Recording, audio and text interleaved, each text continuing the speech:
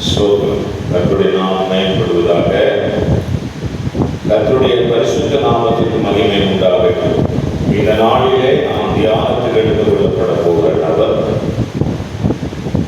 ஆதாம் மற்றும் ஏவாள். அல்லேலூயா. ஆதியாகமம் முதல் அதிகாரத்திலே நாம் இவரை குறித்து வாசிக்கிறோம். இந்த ஆதாம் முதல்ல மொத்தமே வாழ்ந்த நாட்கள், அதாவது பாவம் செய்த பிறகு, அதற்கு முன்பதாக ஒரு எவ்வளவு காலங்கள் வாழ்ந்தார் என்று தெரியாது. ஏதேன் தோட்டத்தை விட்டு வெளியேறின பிறகு அவர் வாழ்ந்த வருடம் 930 வருடங்கள் என்று ஆதியாகமம் 5வது அதிகாரம் 5ஆம் வசனம் சொல்லுகிறது. இந்த ஆதாம்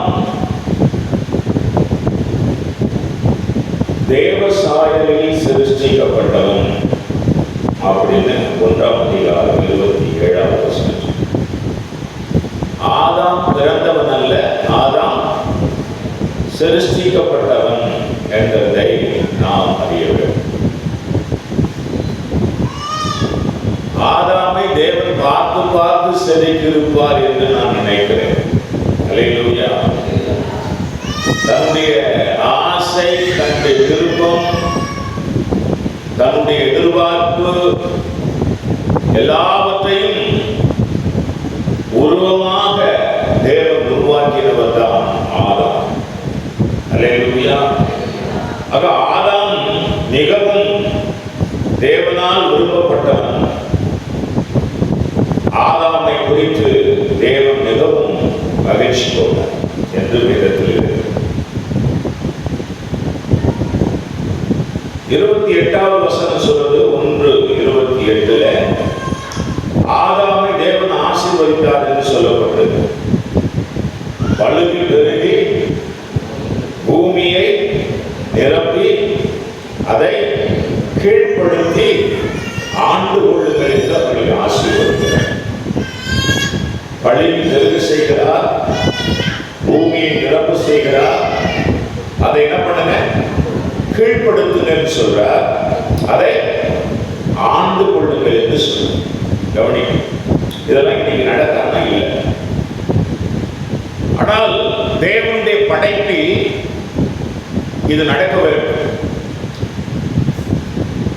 நாம் பழுகி பெருக வேண்டும், பூமியை நிரப்ப வேண்டும், அப்புறம் அதை கீழ்ப்படுத்த வேண்டும், அதை ஆண்டு கொள்ள வேண்டும். பழுகி பெருகுதல் நடக்குது, அப்புறம் பூமியை நிரப்புதல் நடக்குது. நடக்குதா இல்லையா? நடக்குது. ஆனா அதை என்ன பண்ணல? அதை நாம் கீழ்ப்படுத்தவில்லை, அது நம்மை கீழ்ப்படுத்தி விட்டது. இதுதான் நீங்க கவனிக்கணும். அதை நாம் ஆண்டு கொள்ளவில்லை, அது நம்மை ஆண்டு கொண்டது. அல்லேலூயா. உதாரணத்துக்கு செல்போன் எடுத்துக்கிடுங்க. செல்போன் நம்மை கீழ்ப்படுத்தியதா, நாம் செல்போனை கீழ்ப்படுத்தினோமா? பைபிள் படி நீங்கள் பழுகி பெருகி பூமியை நிரப்பி என்ன பண்ணுங்க? அதை கீழ்ப்படுத்துங்கன்னு இருக்கு. ஆனா இன்னைக்கு நாம் அதை கீழ்ப்படுத்தினோமா, அது நம்மை கீழ்ப்படுத்தியதா? செல்போன் நம்ம கண்ட்ரோலுக்கு தான், செல்போன் கண்ட்ரோல்ல நம்ம இருக்கிறோம். செல்போன் சும்மா ஒரு உதாரணத்துக்கு சொன்னேன். இது மாதிரி எல்லாமே இந்த உலக பணம் நம்மை கண்ட்ரோல் பண்ணுகிறதா, பணத்தை நாம் கண்ட்ரோல் பண்ணுகிறோமா? அதை நாம் அடக்கி இருக்கிறோமா, அது நம்மை அடக்குகிறது. உலகத்தில் இருக்க எல்லா ஜீவராசிகள் அவைகள் நம்ம கண்ட்ரோல் இருக்குதா, அவைகளுடைய கண்ட்ரோல்ல நம்ம இருக்கிறோம்? அப்படின்னா அவைகளுடைய கண்ட்ரோல்ல தான் நம்ம இருக்கிறோம். இதெல்லாம் எப்ப நடந்ததுன்னா ஏதேன் தோட்டத்துக்கு வெளியே போன பிறகு நடந்த நிகழ்வுகள். ஆனால் ஆதாமுக்கு தேவன் கொடுத்த வார்த்தை, வாக்குறுதி என்னன்னா, நீ அவைகளை என்ன பண்ணணும்? கண்ட்ரோல் பண்ணணும். அதை நீ ஆண்டு கொள்ள வேண்டும், அதை நீ கீழ்ப்படுத்த வேண்டும். இந்த உலகத்தை நாம் எப்பொழுது கீழ்ப்படுத்த வாழ்க்கையில் நாம் மேம்படுகிறோம். அல்லேலூயா, அல்லேலூயா. இந்த 40 நாள் உபவாசம் வச்சிருக்கோம். எதுக்கு தெரியுமா? எதுக்கு? இந்த உலகத்தை கீழ்ப்படுத்த. நமக்குன்னு சில காரியங்கள்லாம் இருக்குல்ல, ஆசை, இச்சை, நம்ம தேவைகள், நம்முடைய காரியங்கள் இதெல்லாம் இருக்குல்ல, இதெல்லாம் அடக்கிறதுக்கு தான். ஆவிக்குரிய வாழ்வியல் என்பதே உலகத்தை அடக்கி அவைகளை ஆண்டு கொள்ளுதல், கீழ்ப்படுத்துதல் தான் ஆவிக்குரிய வாழ்க்கை. அல்லேலூயா. இதை ஆதாமுக்கு தேவன் சொல்லுகிறார், கொடுக்கிறார். அல்லேலூயா. அப்ப ஆதாம் ஒரு விசேஷித்த ஒரு படைப்பு, தேவனால் படைக்கப்பட்டவன். இந்த ஆதாமுக்கு தேவன் கொடுத்த ஒரு பெரிய காரியம் என்னன்னா, இந்த பூமி எல்லாம் அவனுக்கு கீழே அவன் கண்ட்ரோல்ல இருக்கத்தான் தேவன் விரும்பினான். எல்லாம் சிங்கம், கரடி, புலி, பாம்பு அது எல்லாமே நம்ம கண்ட்ரோல்ல இருக்கணும். அதை நாம் ஆண்டு கொள்ளணும். அவைகள் நம்முடைய வார்த்தைக்கு கீழ்ப்படிய வேண்டும். இதுதான் தேவனுடைய திட்டமும் தேவனுடைய விருப்பமாக இருந்தது. அல்லேலூயா. சரி, அப்போ ஆதாம் ஒரு விசேஷித்த படைப்பு. ஆதாமுடைய எலும்பிலிருந்து தான் ஏவாளை தேவன் உண்டாக்கினார். அல்லேலூயா. ஆதாமை தனியா உருவாக்கல, கவனிக்கணும். இப்போ ஆதாமை தேவன் தனியா உருவாக்கினார், ஆனா ஏவாளை தேவன் தனியாக உருவாக்கவில்லை. ஏவாளை தேவன் ஆதாமிலிருந்து தான் எடுக்கிறார். அல்லேலூயா, ஆமென். ஆதாமுக்கு உள்ளே இருந்துதான் ஏவாள் வருகிறாள். ஆதாமை மண்ணிலே தேவன் உருவாக்கினது போல ஏவாளை தனியாக தனித்துவமாக தேவன் உருவாக்கவில்லை. ஆதாமுடைய விலா எலும்பிலிருந்து தான் ஏவாள் வருகிறாள், உருவாக்கப்படுகிறது. கவனிக்க 23:23 ஆதாம் சொல்லுகிறான், இவள் என் எலும்பில் எலும்பும் என் மாம்சத்தில் மாம்சம். ஏவாள் என்கிறவள் என் எலும்பில் எலும்பும் என் மாம்சத்தில் மாம்சம். ஒரு மனுஷனுக்கு, ஒரு புருஷனுக்கு, கவனிங்க, ஒரு புருஷனுக்கு அவன் மனைவி ஆனவள் எப்படிப்பட்டவளாம்? எலும்பில் எலும்பு, மாம்சத்தில் மாம்சம். அப்போ அதான் சொல்ற, நீங்கள் இருவராய் இல்லாமல் ஒருவராய் இருக்கிற ஒரே மாம்சமாய் இருக்கிறார்.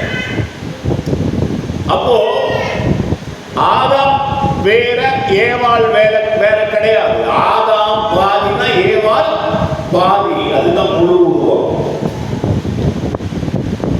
ஆதாம் என்கிறவன் விசேஷித்த படைப்பு. அந்த விசேஷித்த படைப்பு தேவன் சகல அதிகாரமும் அவனுக்கு கொடுத்திருந்தார். அல்லேலூயா. எல்லா அதிகாரமும் அவனுக்கு இருந்தது. ஒன்றும் உங்களை சேதப்படுத்த மாட்டாது இருக்குல்ல, அன்றைக்கு ஆதாமை ஒன்றும் சேதப்படுத்த முடியவில்லை.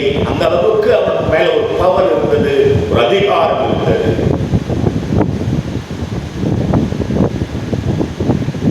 தேவனால் தந்த மனைவியாகிய ஏவாள் வேதம் சொல்லுகிற 12 ஏன் பாவம் செஞ்சேன்னு கேட்கும்போது, என்னுடனே இருக்கும்படி தேவரை தந்த ஸ்திரீயானவள் அவ்விருட்சத்தின் கனி எனக்கு கொடுத்தால் நான் என்ன பண்ணிட்டேன்? புசித்தேன். என்னுடனே இருக்கும்படி தேவரில் கொடுத்த ஸ்திரீயானவள், என் மனைவி என்ன கொடுக்கிறாளோ அதை தானே நான் புசித்தேன். கவனிக்கணும். அப்போ கூட இருக்கிறவள், கவனிக்கணும், கவனிக்கணும், கூட இருக்கிறவள் யார்? அந்த கூட இருக்கிறவள் என்ன கொடுக்கிறாளோ அதுதான் அவன் அந்த குடும்பத்தின் இல்லையென்றால் தேவ திட்டத்தின் ஸ்தோத்திரம் ஒரு காரியமாக விளங்குகிறது. கூட இருக்கிறவள், கூட இருக்கிறவன். நாம் எதை கொடுக்கிறோம்? மனைவிக்கு என்ன கொடுக்கிறோம்? கணவனுக்கு என்ன கொடுக்கிறோம்? தவறான ஒரு காரியம், தேவ திட்டத்தை மீறி வஞ்சிக்கப்பட்டதனாலே இந்த ஸ்திரீ புருஷனை வஞ்சித்து விட்டாள். கவனிக்கணும். சர்வம் ஸ்திரீ வஞ்சித்தது, ஸ்திரீ ஸ்திரீ யாரை வஞ்சித்து விட்டாள்? ஆதாமை வஞ்சித்து விட்டாள். ஆதாம் யாரை வஞ்சித்து விட்டான்? யாரை? தேவனை வஞ்சித்து விட்டான். பாம்பு ஸ்திரீயை வஞ்சித்து, ஸ்திரீ ஆதாமை வஞ்சித்து, ஆதாம் தேவனை வஞ்சித்தான். முடிஞ்சு போச்சு. அப்ப ஆதாமுடைய அந்த திட்டம், தேவன் வைத்திருந்த திட்டம், தேவனுடைய படைப்பின் திட்டம் பிசாசால் அழிக்கப்படுகிறது. ஆதாம் எப்பொழுதும் தேவனோடு இருக்க விரும்பினான். அதுக்காகவே படைக்கப்பட்டார். அல்லேலூயா. ஏவாள் எப்பொழுதும், ஏவாள் எப்பொழுதும் ஆதாம் தேவனோடு இருக்க படைக்கப்பட்டான். ஏவாள் யாரோடு இருக்க படைக்கப்பட்டாள்? ஆதாமோடு இருக்க படைக்கப்பட்டாள். அல்லேலூயா, அல்லேலூயா.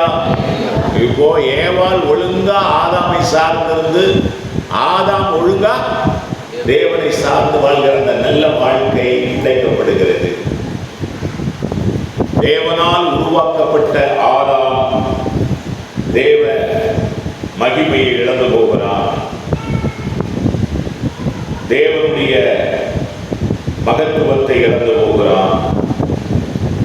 1 கொரிந்தியர் 15வது அதிகாரத்தில் 45ஆம் வசனத்தை படிக்கலாம்.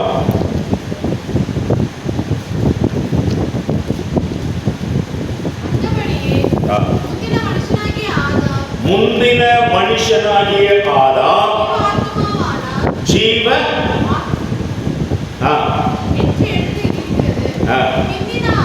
பிந்தின ஆதாம் உயிர்ப்பிக்கிற ஆவியானவர். அல்லேலூயா. படிக்கிறோம் 45வது வசனத்துல சோதரம் கவனிங்க. அந்தபடியே முந்தின மனுஷனாகிய ஆதாம் என்று எழுதியிருக்கிறது. அல்லேலூயா, அல்லேலூயா. 44 ஜென்ம சரீரம் விதைக்கப்படும், ஆவிக்குரிய சரீரம் எழுந்திருக்கும். ஜென்ம சரீரம் உண்டு, ஆவிக்குரிய சரீரம் உண்டு. ஆக இந்த ஜென்ம சரீரம் என்பது ஆதாமுடைய சரீரத்தை குறிக்கிறது. ஆவிக்குரிய சரீரம் என்பது உள்ளான மனுஷன் உயிர்த்தெழுகிற சரீரத்தை குறிக்கிறது. அல்லேலூயா. இப்ப கவனிங்க, மரணத்துக்கு ஏதுவாக கொண்டு சென்ற ஆதாம், மரணத்துக்கு ஏதுவாக மனுஷ குலத்தை கொண்டு சென்ற ஆதாம், மரணமே எப்போ வந்ததென்றால் சோதரம் இந்த ஏவாள் ஆதாம் என்கிற கூட்டு சதியினால், இல்லைஎன்றால் சர்வம் ஏவாள் ஆதாம் என்கிற கூட்டு சதியினால் தான் மனுஷனுக்கு மரணம் என்கிறதே வந்தது. அல்லேலூயா. மரணம் வர வேண்டும் என்றால் பலவிதமான வியாதிகளும் வரும். மரிக்கணும்ல, ஒரு மனுஷன் மரிக்கிறதுக்கு வியாதி வரணும். இந்த வியாதி ஏன் வந்தது? இந்த காரணம்தான். தேவனுடைய திட்டத்தை மீறி செயல்பட்டதுதான் வியாதிகள் உள்ளே வருவதற்கும் காரணம். அல்லேலூயா. மரணம் வரணும்னா வியாதி வரணும், இல்லைன்னா இப்ப மரணமே வராது. பாஸ்டர், அவங்களுக்கு இந்த வியாதியம் அந்த வியாதியம் அந்த வியாதின்றல்ல, இந்த வியாதியெல்லாம் வருவதற்கு காரணம் எது? என்ன காரணம்? தேவனுடைய வார்த்தை மீறியது. ஆதாம் ஏவாளும் பிசாசால் வஞ்சிக்கப்பட்டதனால இந்த வியாதிகள் உள்ளே வருகிறது. வியாதிகள் உள்ளே வருகிறதுனால மரணம் வருகிறது. கவனிக்கணும். அப்போ இந்த வியாதிகளையும் மரணங்களையும் சோதரம் இல்லாத ஒரு வாழ்வு ஏதேன் தோட்டத்தில் இருந்தது. அந்த ஏதேன் தோட்டத்தின் வாழ்வை மறுபடியுமாக நாம் பெற வேண்டும். அதுதான் தேவனுடைய திட்டமாக இருக்கிறது. அல்லேலூயா. அதனால்தான் வேதம் சொல்லுது, முந்தின ஆதாம் மரணத்துக்கு ஏதுவாக வழி நடத்தினான், ஆனால் பிந்தின ஆதாம் ஆகிய இயேசு உயிர்ப்பிக்கிற ஜீவனுக்கு ஏதுவாக நம்மை வழி நடத்துகிறார். அல்லேலூயா. கவனிக்க வேண்டும். ஆக முந்தின ஆதாமாகிய ஆதாம் ஏவாளால் பாவம் வந்தது. பிந்தின ஆதாமாகிய இயேசு கிறிஸ்துவாலே அந்த பாவம் நிவர்த்தியாய் போனது. கரங்களை உயர்த்தி கர்த்தரை ஸ்தோத்திரம் பண்ணுவோம். அல்லேலூயா. இதுதான் முக்கியமானது நாம் பார்க்கக்கூடிய சத்தியம். ஆதாம் என்கிறவன் தேவனால சிருஷ்டிக்கப்பட்டவன். அவன் எந்த விதமான பாவத்தில் வந்த வித்து கிடையாது. ஹலோ, என் தாய் என்னை இது ஆதாமுக்கு கிடையாது. இது ஆதாமுக்கு கிடையாது. இந்த வார்த்தை உனக்கு எனக்கும் வேணா. ஆதாமுடைய வயிற்றில் பிறந்தவங்க யார் யாரு? தாயின் ஆபேலுக்கு வேணா இருக்கலாம், ஆனா நமக்கு கிடையாது. நமக்கு இருக்கலாம், ஆனா ஆதாமுக்கு கிடையாது. தாயின் ஆபேலுக்கு பிற்பாடு வருகிற எல்லா சந்ததிக்கும் இந்த வார்த்தை என் தாய் என்னை. ஆனால் ஆதாமுக்கு கிடையாது. ஆதாம் தேவனாலே சிருஷ்டிக்கப்பட்டது. இந்த ஆதாமும் ஏவாளும் பாவம் செய்தது ஒரே நாளில் நடந்த நிகழ்வாக நாம் எடுத்துக்கொள்ள முடியாது. ஏவாள் மூலமாகவே ஆதாம் வீழ்த்தப்பட்டார். இது ஒரே நாளில் நடந்த நிகழ்வு அல்ல. சில நேரங்களிலே சில மனைவிகள் சில கணவர்களால் வீழ்த்தப்படுகிறார்கள், சில கணவர்கள் மனைவிகளால் வீழ்த்தப்படுகிறார்கள். ஆவிக்குரிய வாழ்க்கை குறித்து சொல்லுகிறேன். ஆவிக்குரிய வாழ்க்கையில் நாம் மேம்படுவதற்கு சில நேரங்களில் மனைவிகள் தொந்தரவா இருப்பாங்க, சில வேளை கணவர்கள் தொந்தரவா இருப்பாங்க. இப்படி பிரச்சனைகளிலே மாட்டிக்கொண்டு தவித்தவர்கள் தான் இந்த ஆதாம். வேற வழி கிடையாது. மனைவி சொல்றதை கேட்டுதான் ஆகணும் என்ற நிலையில் கொடுக்கிறதை வாங்கி சாப்பிட்டு விட்டார்கள். கவனிக்க வேண்டும். ஆக தேவனால் படைக்கப்பட்ட அந்த பரிசுத்தமான வித்து, அல்லேலூயா, பரிசுத்தமான வித்து பாவமாக மாறி போயிற்று. ஆதாமுடைய வித்து பாவ வித்தாய் மாறிற்று. பாவ வித்தாக மாறிற்று. ஆனால் பிந்தின ஆதாமாகி இயேசு கிறிஸ்து பாவத்தில் கர்ப்பம் தரித்தவர் அல்ல. கர்த்தரை சொல்றோம். அல்லேலூயா. பிந்தின ஆதாமாகி இயேசு கிறிஸ்து பாவத்தில் கர்ப்பம் தரித்தவர் அல்ல. அவர் பரிசுத்த ஆவியினால் கர்ப்பம் தரித்தார். அவருக்குள்ளே பாவ வித்து கிடையாது. பாவ வித்து இல்லாத ஒருவர் வந்து மறுபடியுமாக அந்த ஏதேன் தோட்டத்துக்கு நேராய், ஜீவனுக்கு நேராய் வழி நடத்த வேண்டும். ஆதாம் ஏவாள் மரணத்துக்கு ஏதுவாய் வழி நடத்தினார்கள். பிந்தின ஆதாமாகி இயேசு, கவனிக்கணும், ஜீவனுக்கு ஏதுவாய் அவர்களை மக்களை வழி நடத்துகிறார். இப்போ ரட்சிக்கப்பட்ட அத்தனை பேரும், ஆண்டவராய் இயேசு கிறிஸ்துவை ஏற்றுக்கொண்டவர்கள் அத்தனை பேரும் மரணத்துக்கு ஏதுவானவர்கள் அல்ல, ஜீவனுக்கு ஏதுவானவர்கள். கரங்களை ஏற்றி ஆண்டவரை ஸ்தோத்திரம் பண்ணுவோம். யாரெல்லாம் புரியலன்னு தெரியல. அல்லேலூயா. ஆமென். கவனிக்கணும். ஆதாம் என்கிற அந்த நபர் மூலமாக பாவம் வந்தது. பிந்தின ஆதாமாகி இயேசு மூலமாக ஜீவன் வந்தது, அழிவு வந்தது. ஆதாம் மூலமாக, இயேசு மூலமாய் மறுவாழ்வு வந்தது. கரங்களை தட்டி கர்த்தரை மகிமைப்படுத்துவோம். அல்லேலூயா. கவனிக்கும். ஆதாம் ரொம்ப முக்கியமானவர். ஆதாம் தேவனாலே சிருஷ்டிக்கப்பட்டவர். அதே போல இயேசுவும் ஆமென் மனுஷர்களால் வந்தவர் அல்ல, தேவனால் வந்தவர். அல்லேலூயா. அல்லேலூயா. ஆமென். கர்த்தருடைய நாமம் மகிமைப்படுவதாக. யோவான் எழுதின சுவிசேஷம் 10வது அதிகாரம் 18வது வசனத்தை படிக்கலாம்.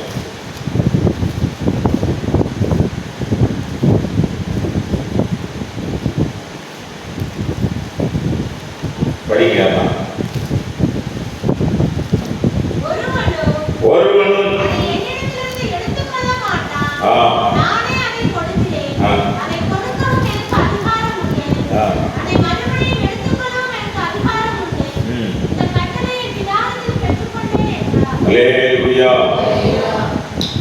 ஒருவனும் அதை என்னிடத்து, அதாவது எதென்னா நம்ம தேவன் நமக்கு தந்திருக்கிற அந்த ஜீவன், ஆடுகளுக்காக என் ஜீவனை கொடுக்கிறேன்னு சொல்றார். அந்த ஜீவனை மறுபடியும் ஸ்தோத்திரம். அதை கொடுக்கிறபடினால் பிதா என்னில் மதிய அன்பாய் இருக்கிறார். கவனிங்க, அந்த ஜீவனை ஒருவனும் என்னிடத்தில் எடுத்துக்கொள்ள முடியாது. அந்த ஜீவனுக்கு எதுவாய் நம்மை வழிநடத்துகிறது. அதை கொடுக்கவும் எனக்கு அதிகாரம் வந்து மறுபடியும் இந்த கட்டளை பிதாவிடத்திலே நான் பெற்றுக்கொண்டேன். தேவனால் கொடுக்கப்பட்ட, கவனி, தேவனால் கொடுக்கப்பட்ட அந்த உன்னதமான ஆசீர்வாதம், பிசாசால பிடுங்கப்பட்ட அந்த ஜீவனை மறுபடியுமாக இயேசு வந்து நமக்கு கொடுக்கிறார். கவனிக்கின்ற வசனத்தின் மூலம் ஆதாம் ஏவாளுக்குள்ளே இருக்கிற அந்த நித்திய ஜீவனை பிசாசு பிடுங்கி போட்டான், அழிந்து போட்டான். இப்போ இயேசு திரும்ப அதை நமக்கு தந்து, இனி ஒருவனும் அதை என்ன பண்ண முடியாது, என்னிடத்திலிருந்து பிடுங்க முடியாது, பறிக்க முடியாது என்றார். இப்ப நமக்கு கொடுத்திருக்கிறார் நித்திய ஜீவன். இந்த நித்திய ஜீவனை பிசாசால தொடவே முடியாது. ஆமென் சொல்லுங்க. அல்லேலூயா. ஏன்னா பிதாவிடத்திலே நமக்காக இந்த அளவு பரிந்து பேசிக் கொள்கிறார். முந்தின ஆதாமாகிய ஆதாம் மூலமாய் வந்த பாவம், சாபம், வியாதிகள், மரணம் பிந்தின ஆதாமாகிய இயேசு கிறிஸ்து மூலமாய் எல்லாம் நிவர்த்தி ஆயிற்று. நீ ஆவிக்குரிய வாழ்வை நீ அடைவாய் என்றால் நோய்கள் குணமாகும். அல்லேலூயா சொல்லு. மருத்துவமனையில் போயிட்டு மணிக்கணக்கில் உட்கார்ந்து இருக்கிற அறிவு, ஆனால் தேவ சமூகத்தில் வரது ரொம்ப யோசிக்கணும். அல்லேலூயா, அல்லேலூயா, அல்லேலூயா. ஆதாம் ஏவாள் கத்தரான்னு சொல்லணும். மாறாக அவங்க எங்க போயிட்டாங்க? ஏவாள் எங்க போயிட்டு விசாசத்தை போய் பேச ஆரம்பிச்சுட்டு, விசாச கிட்ட போய் பேசணும் வந்து ரொம்ப நீ ஒழுங்க கத்தராண்டி பேசிட்டு உட்காந்துனா ஒன்னா இருக்கிறதில்ல. அல்லேலூயா. கத்தராட பேசுறது உனக்கு பிடிக்காம யார்கிட்ட பேச ஆரம்பிச்சுட்ட? பிசாசு கிட்ட பேசிட்ட. பிசாசு என்ன பண்ணிட்டான்? உன்னை தவறா நடத்திட்டான். தேவ மகிமை எடுத்துட்டு ஏதேன் தோட்டத்திலிருந்து புறம்பே தள்ளப்பட்ட. அழிவு வந்துட்டு, நோய் வந்துட்டு. நோய் வந்த உடனே மரண நாள் குறிக்கப்பட்டு விட்டது. உனக்கு மரணமே இல்லை. ஆமென் சொல்லுங்க. முதலாவது மரணத்தை சந்தித்தவர்களுக்கு இரண்டாம் மரணம் சேதமில்லை இருக்கு. ஆக இந்த ஜீவனுக்குள்ள நீ வந்துட்ட, ஆவிக்குரிய வாழ்வுக்குள்ள வந்துட்ட அப்படின்னா உனக்கு மரணம் இல்லை, வியாதிகள் இல்லை. ஆவிக்குரிய வாழ்வில அந்த மேம்பட்ட ஒரு நிலைக்கு நாம் வந்தால் நிச்சயம் நடக்கும். அல்லேலூயா. ஆமா, ஏனோக்கு தேவனோடு சஞ்சரித்து என்னாயிட்டான்? காணப்படாமல் போயிட்டான், எடுத்துக்கொள்ளப்பட்டான் இருக்கு. அப்ப அந்த உன்னதமான அந்த அனுபவத்தை நாம் பெறும்போதுதான் அந்த மகிமையான ஆசீர்வாதத்தை பெற முடியும். அல்லேலூயா. கர்த்தருடைய நாமம் மகிமைப்படுவதாக. ஆதாம் தேவனால் சிருஷ்டிக்கப்பட்டவன், பாவத்தில் வந்தவன் அல்ல, பரிசுத்தத்திலிருந்து வந்தவன். பரிசுத்தத்திலிருந்து வந்த ஆதாம் பாவமாக்கப்பட்டான். பாவமாக்கப்பட்ட அந்த சந்ததி மறுபடி பரிசுத்தமாக்கப்பட பிந்தின ஆதாமாகி இயேசு வந்தார். அல்லேலூயா. ஏன்னா பரிசுத்தமாக இருக்கிற ஒருவரால் தான் பாவத்தை நீக்கி சுத்திகரிக்க முடியும். ஆக தேவனே பரிசுத்தமான பூமியிலே பிறந்து இயேசு என்கிற பெயரிலே பிந்தின ஆதாமாகிய அவர் வந்து நம்மை மறுபடியும் மீட்டெடுக்கிறார். அல்லேலூயா. கர்த்தருடைய நாமம் மகிமைப்படுவதாக. கொலோசியர் நிருபம் 2ஆம் அதிகாரம் 15வது வசனம். கொலோசியர் 2:15 படிக்கலாம். என்னமா? துரைத்தனங்களையும் அதிகாரங்களையும்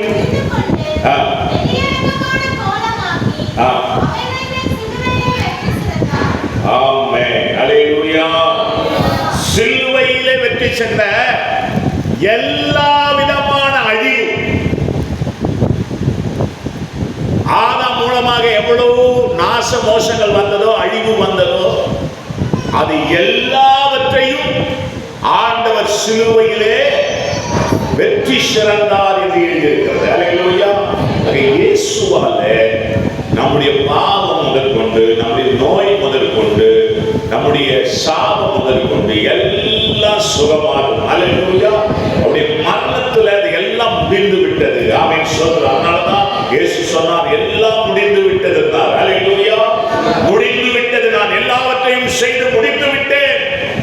இனி உன்மேல் சாபம் இல்லை, இனி உன்மேல் பாவம் இல்லை, உன்னை பாவி என்று சொல்லுகிறவன் ஒருவனும் இல்லை. அல்லேலூயா.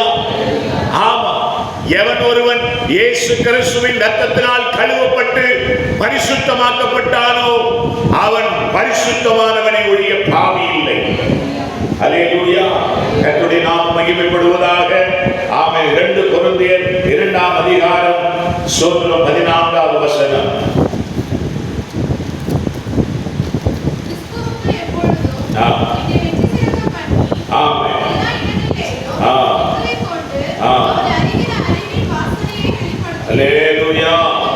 கவனிக்கணும், நம்மை ஆண்டவர் வெற்றி சிறக்க, அவர் வெற்றி சிறந்தார், நம்மையும் வெற்றி சிறக்க பண்ணி, சிலுவையில வெற்றி பெற்றார், நம்மையும் வெற்றி பெற வைக்கிறார். அல்லேலூயா.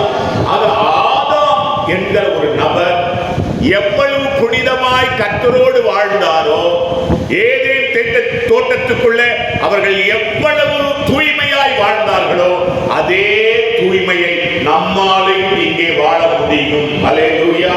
அதுதான் தேவன் ஏற்படுத்தின சபை. கரங்களை உயர்த்தி கர்த்தரை ஸ்தோத்திரம் பண்ணுவோம். அல்லேலூயா. ஏதேன் தோட்டம் தான் கர்த்தருடைய சபை. ஆமென் சொல்லுங்க. அல்லேலூயா சொல்லுங்க. அல்லேலூயா. அந்த ஏதேன் தோட்டத்துக்குள்ள கர்த்தரோடு கூட வாழ்கிற வரைக்கும் ஆதாம் ஏவாள் பரிசுத்தமாய் இருந்தார்கள். நீங்கள் நானும் இன்றைக்கும் பரிசுத்தமாய் இருக்கணும்னா கர்த்தர் உண்டு பண்ணின அவருடைய சபையாகி இந்த ஏதேன் தோட்டத்துக்குள்ள நாம் எப்பொழுதும் இருக்க வேண்டும். அல்லேலூயா. அவர் சத்தத்தை நாம் எப்போதும் கேட்கணும். Praise the lord. அல்லேலூயா. இந்த அனுபவம் நமக்குள்ள இருக்கிற வரை பிசாசு நம்ம தொடவே முடியாது. ஆமென் சொல்லுங்க. நம்ம காது அவன் சத்தத்தை கேட்கக்கூடாது, நம்ம காது கர்த்தருடைய வார்த்தையை கேட்கணும். அல்லேலூயா. அல்லேலூயா. அல்லேலூயா. ஆமென். ஆரம்ப காலங்களில் ஆரம்பத்தில் கொண்ட விசுவாசத்தை முடிவு பரியந்தம் காத்து கொள்ளணும்.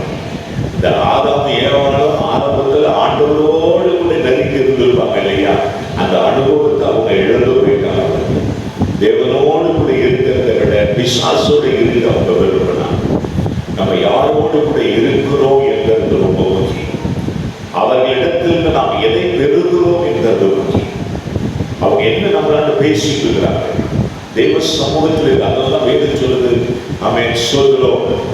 அருமையான தேவ மனுஷன் தாவீது சொல்றார், ஆகாமிய கூடாரங்களில் வாசமாயிருக்கிறது. என்ன சொல்றாரு? ஆகாமிய கூடாரத்தில் இருக்கிறத விட உங்களுடைய வாசற்படியில், உங்களுடைய தேவனுடைய ஆமென் சபையாகிய ஆலயமாகிய அந்த வாசற்படியில் இருக்க நான் விரும்புகிறேன். அதை தயவு செய்து இந்த வந்திருக்கிற உங்களுக்கு சொல்றேன், வராதவர்களுக்கு சொல்றேன், 40 நாள் சும்மா நீங்க உட்காராம தயவு செய்து எழுந்து கர்த்தருடைய சமூகத்துக்கு வாங்க. அல்லேலூயா. அது உங்களை காப்பாற்றும். அல்லேலூயா. அது உங்கள் கணவனை காப்பாற்றும், உங்கள் மனைவியை காப்பாற்றும், அது உங்கள் பிள்ளைகளை காப்பாற்றும். அல்லேலூயா. ஜெபம் உங்களை வாழ வைக்கும். Praise the lord. ஆமென். சில நேரங்களில் இந்த ஜெபம் நம்ம என்ன பெருசா ஜெபம் பண்ணிட்டோம் நீ நினைக்கலாம். நீ தொடர்ச்சியா செஞ்சு பாரு, அதனுடைய விளைவு பெருசா இருக்கும், அதனுடைய நன்மை பெருசா இருக்கும். அல்லேலூயா. ஆமா, அந்த ஆதாமும் ஏவாளும் ஒழுக்கமா ஆண்டவரோடு கூடவே இருந்துட்டு இருந்தாங்கன்னா இவ்வளோ பெரிய பாவம் சாபம் மனித உலகத்தில் கிடையாது. பரிசுத்தமான வாழ்வு வாழ்ந்திருக்க முடியும். அல்லேலூயா. அது விசுவாச அவர்களை வஞ்சித்து போட்டார். ஆமென். ஆண்டவராகிய இயேசு வந்து மறுபடியும் அந்த அனுபவத்தை நமக்கு தந்திருக்கிறார். அதை நாம் பாதுகாத்துக் கொள்ள வேண்டும். கண்களை மூடி நாம் ஜெபம் பண்ணுவோம். Price the Lord. தகப்பனே, நன்றியோடு துதிக்கிறோம். இந்த முதலாவது நாள் இந்த ஜெபத்தை ஆண்டவரே முடிக்கும்படி தேவன் எங்களுக்கு உதவி செய்திருக்கிறது. உற்சாகமாய் இந்த பிள்ளைகள் எல்லாரும் நம்ம கலந்து கொள்ள உதவி செய்யும். இன்றைக்கு கூட அநேகம் வராமல் போயிருக்கிறார். இந்த நிலை வரும் காலத்தில் இருக்கக்கூடாது. எல்லாரும் உற்சாகமாய் வரணும். ஆண்டவரே, நாங்கள் உங்களுடைய வேதத்தை தியானம் செய்யணும். ஒவ்வொரு நாளும் நாங்கள் ஜெபிக்கிறவர்களாய் மாறணும். தொடர்ந்து உபவாசிக்கிற பிள்ளைகள், அதிக நாளில் உபவாசிக்கிற பிள்ளைகள் உற்சாகமாய் உபவாசிக்க செய்யுங்க. ஆண்டவரே, எப்படியாயும் நாங்கள் ஏதேன் தோட்டத்தில் இருந்த ஆதாம் ஏவாளை போல நாங்கள் வாழ்வதற்கு எங்களுக்கு உதவி செய்யுங்க.